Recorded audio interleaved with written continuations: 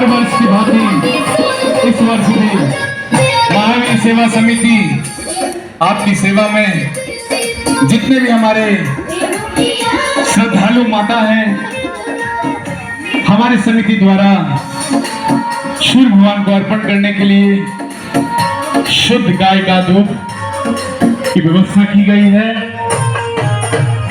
इसे जरूर समिति द्वारा इस सहयोग को लेकर घाट की ओर प्रस्थान करें। अभी केवल 4:38 हुआ है और धीरे धीरे घाट की ओर बढ़े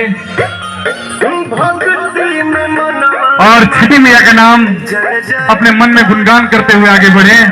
जय छठी मैया। तिवारी जी, मिश्रा जी, जय छठी मैया। कोई भी श्रद्धालु बिना सहयोग, बिना समिति के सहयोग लिए ना जाए। टोटो वाले भाई थोड़ा सा ब्रेक लगाएं, थोड़ा सा पांव वाला ब्रेक भी लगाएं, साथ में हाथ वाला भी। बहुत बहुत धन्यवाद। आपका ये बड़प्पन है कि आपने हमारी आवाज सुनकर ब्रेक लगाया। बहुत बहुत धन्यवाद। हर वर्ष की भांति इस वर्ष भी आपकी सेवा में